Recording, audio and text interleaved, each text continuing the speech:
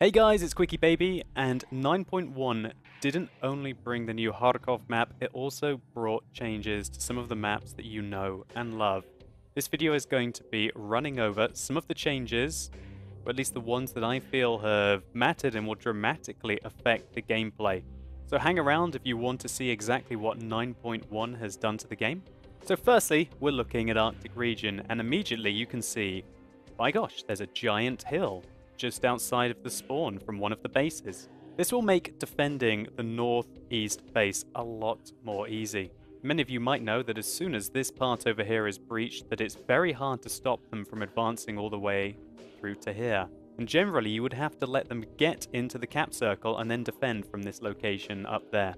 However, now this hill will provide you with some cover from artillery and the opportunity to use the terrain to be able to have another line of fire as the enemy advance into your base.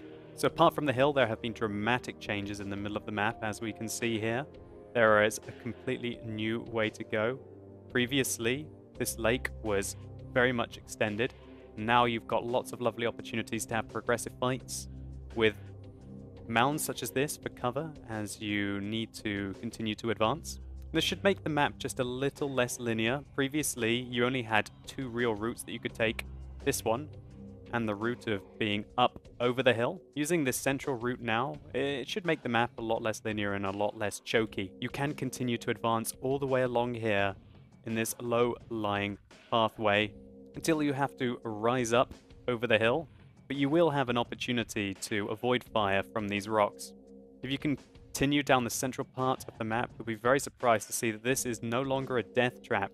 No longer will tanks get stuck here and drown themselves. It is a new viable route to reach the enemy base. One thing you'll notice is that there are multiple pathways out of these locations, so the fight, while there are going to be parts where you literally have to decide, if I'm going down, I'm going down and I have to advance along it, there are multiple exit routes once you reach the other end. This, in my opinion, is a much needed change to stop players from camping in locations such as this. Previously, there were bushes here, and specifically over here, that you could simply camp behind and have a massive advantage over the battlefield. Now the enemy team will be able to advance down, probably start to proxy spot you around these locations, with the aim of being able to outflank you and engage you from multiple directions. Just to touch again on the location up here, there is a gigantic spur that comes out from the mountain that will prevent you from getting shots into this location up here. Previously, this very overpowered location was able to dominate most of the map. That isn't really going to happen in 9.1. In my opinion, the southwestern team had a massive advantage at defending the base because of the location that we just marked out, and also the fact that they could get up on this hill. It looks like this hill is impassable now, which is going to make it very much easier to attack from the northern side of the map. The way that they've designed this mound makes it quite hard to actually use to get cover from the enemy, especially if you don't have much gun depression to work with the terrain. Now, the northwestern part of the map is unchanged apart from one major feature, which is the opportunity to go down and around. If you've played this map, you'll know that is a favorite of inexperienced players to simply zerg down and around and often get stuck down here. Now you're going to be able to get yourself out, which is fantastic. Hopefully less people will be throwing games that way. And this northwestern area is pretty much going to be the same kind of fight. Looks to me like you're still going to be able to poke your way up here and have an advantage point over the enemies. But really the key is that it's going to be a lot less linear. Previously you had two choices with regards to the north of the map. This pass to the far north, what was in pre-9.1 the central path, and in my opinion a complete kill zone to the south. Now with multiple routes through the south, it should be a lot more progressive. This location over here is still very easy to defend, and with bushes and rocks for hard cover, should be a favorite of stealthy tanks. It's interesting that there are multiple routes up around the hill towards the northeastern spawn, and this whole area here just looks so much more open, and perhaps we're going to have slightly less camping towards the southeastern pass. And we can see that the area has been opened up to allow progressive fights to continue. This should hopefully make the southeast of the map a lot less campy and allow you to outflank heavy tanks. Be warned though, if you do advance as far forward as here and there are still significant numbers of the enemy tanks, they are likely to attack you and you're going to have very little backup. All in all, there have been some absolutely great changes to Arctic region, and I can't wait to be playing this map in the 9.1 version of the game. Next, let's move along. We're going to be looking at Komarin, one of probably the most hated maps in the game. I'm sure a lot of you are waiting with bated breath to judge this map and to see what Wargaming have in store for it. Let's get straight into the meat of the matter. There are now multiple routes across the swamp. Previously, unless you wanted to literally risk your tank from drowning, there were no routes across apart from to the far south, the center of the map, and the far north of the map.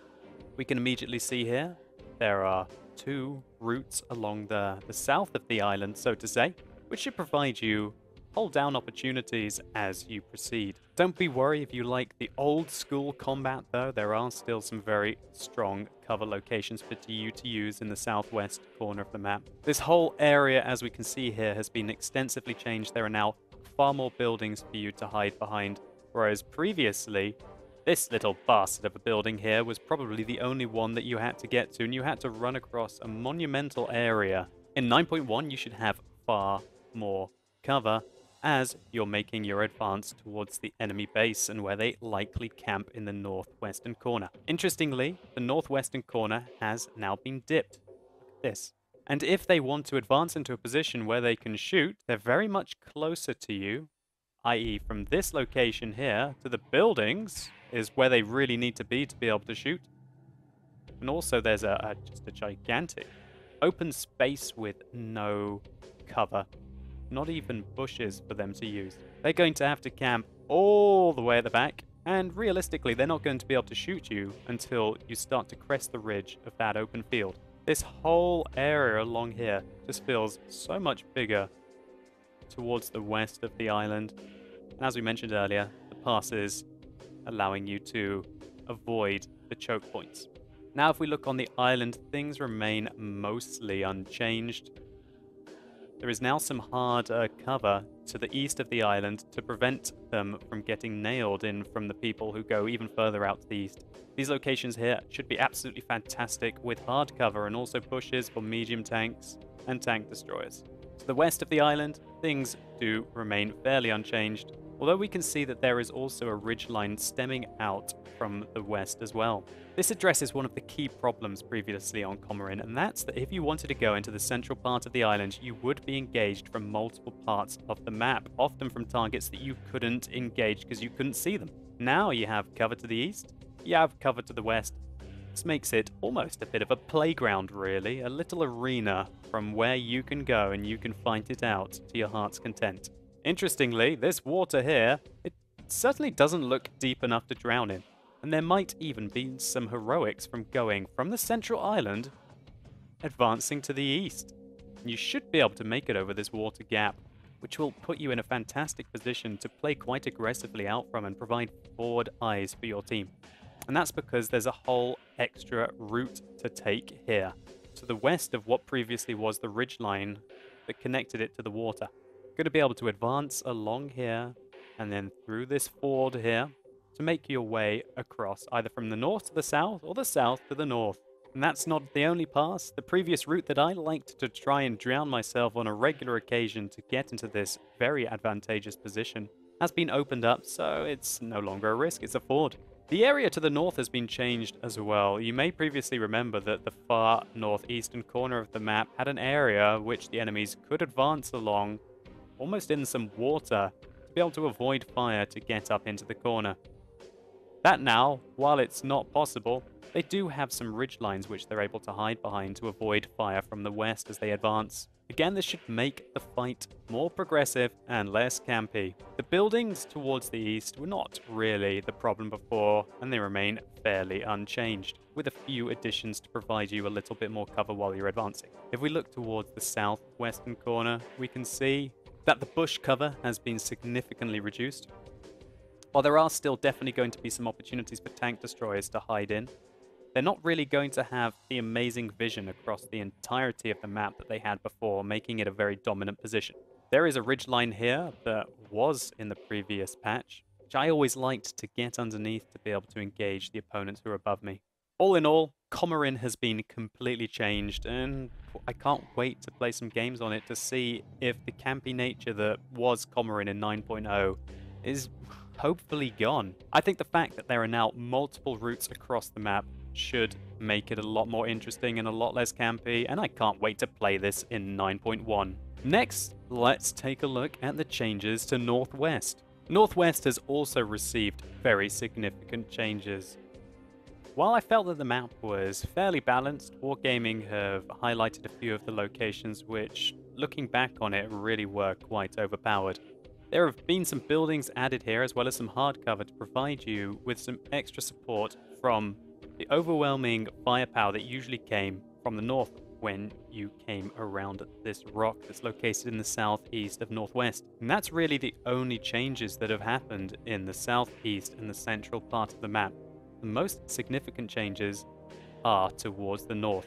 Some mining buildings have been added in the north, and it has been significantly widened. Previously, it was only about this wide. It's been doubled, if not tripled, which should hopefully make the fighting less linear, or allow you to maybe outflank some of the tank destroyers that like to really hold these locations. It's very hard to get around them without getting shot to pieces.